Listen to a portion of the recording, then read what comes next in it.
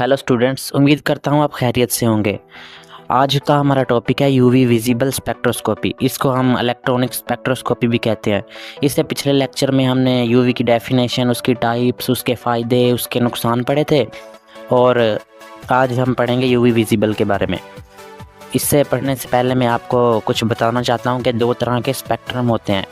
पहले का नाम है एब्जॉर्प्शन स्पेक्ट्रम और दूसरा इमिशन स्पेक्ट्रम। एब्जॉर्प्शन स्पेक्ट्रम में जब इलेक्ट्रॉन एनर्जी एब्जॉर्ब करके लो लेवल से हाई लेवल पे जाता है ना, तो इसे एब्जॉर्प्शन स्पेक्ट्रम कहते हैं। और इमिशन स्पेक्ट्रम बिल्कुल इसका उल्ट होता है। जब किसी चीज़ पर इलेक्ट्रोमैग्नेटिक रेडिएशन मारी जाती है ना, किसी कंपाउंड पे, तो उसका इलेक्ट्रॉन एनर्जी रिलीज़ करता है और हाई स्टेट से ग्राउंड स्टेट पे आ जाता है। इसको इमिशन स्पेक्ट्रम कहते हैं। तो इंट्रोडक्शन देख लेते हैं इनकी रेंज से। यूवी रेडिएशन की जो रेंज होती है वो होती है 200 से 400 नैनोमीटर और यूवी विजिबल की जो रेंज होती है वो होती है 400 से 800 नैनोमीटर। इनकी जो वेवलेंथ होती है ये बहुत ही छोटी होती है और इनकी एनर्जी बहुत ज़्यादा होती है, जिसकी वजह से ये इलेक्ट्रॉनिक ट्रांजिशन शो करते हैं। इसलिए इनको इलेक्ट्रॉनिक स्पेक्ट्रोस्कोपी भी कहते हैं। ऊपर मैंने आपको बताया था कि शुरू में कि इसको इलेक्ट्रॉनिक स्पेक्ट्रोस्कोपी भी कहते हैं।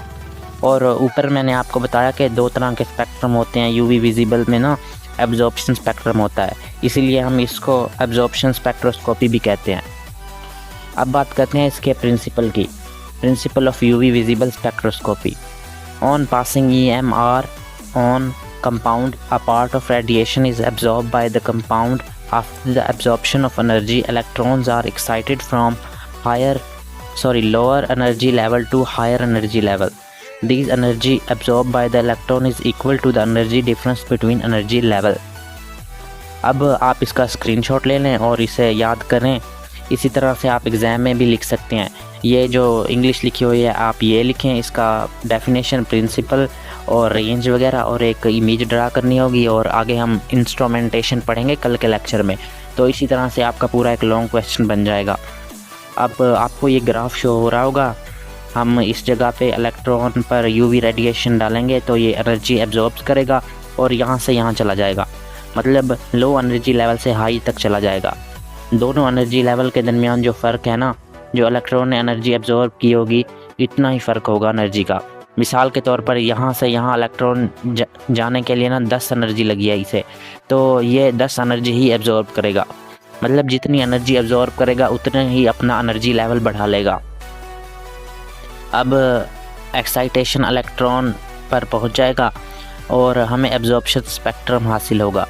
ये इंग्लिश में भी लिखा हुआ है, आप इसे नोट करके नोट्स वगैरह भी बना पढ़ते हैं। अब मैं आपको ये डायग्राम समझा देता हूँ। ये लाइंस आपके सामने शो हो रही होंगी, ये E1, E2 और E3। आपने पहले E1, E2 और E3 लाइन बना देनी है। इनके दरमियान काफ़ी ज़्यादा वक्फा रखना है और फिर इसके दरमियान में V0, V1 और V2 बना लेनी है लाइनें। ये वाइब्रेशनल लेवल कहलाती हैं और जो ऊपर वाली E1, E2, E3 थी ये एनर्जी लेवल्स कहलाती हैं। और V1, V2 के दरमियान भी एक और लाइनें बनानी है, R1, R2 टाइप, इस तरह से करके। इसको रोटेशनल एनर्जी लेवल कहते हैं। ये लाल वाली लाइन आपको दिखाई दे रही होगी, ये E1 से E2 तक जा रही है।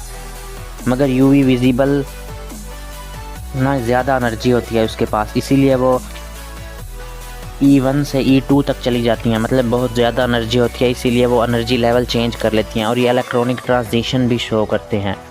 तो आखिर में मतलब कल की वीडियो में हम इसकी इंस्ट्रूमेंटेशन पढ़ेंगे और नोट्स चाहिए तो कमेंट कर दें या व्हाट्सएप पर हमें रब्ता कर दें। हम अपने सब्सक्राइबर का एक व्हाट्सएप ग्रुप बना रहे हैं जिससे आपको नोट्स आसानी से मिल जाएंगे। तो वीडियो अच्छी लगी तो वीडियो को लाइक कर दें और चैनल को सब्सक्राइब कर दें ताकि हर नई आने वाली वीडियो का नोटिफिकेशन आप तक आसानी से पहुंच सके। शुक्रिया, अल्लाह हाफिज़।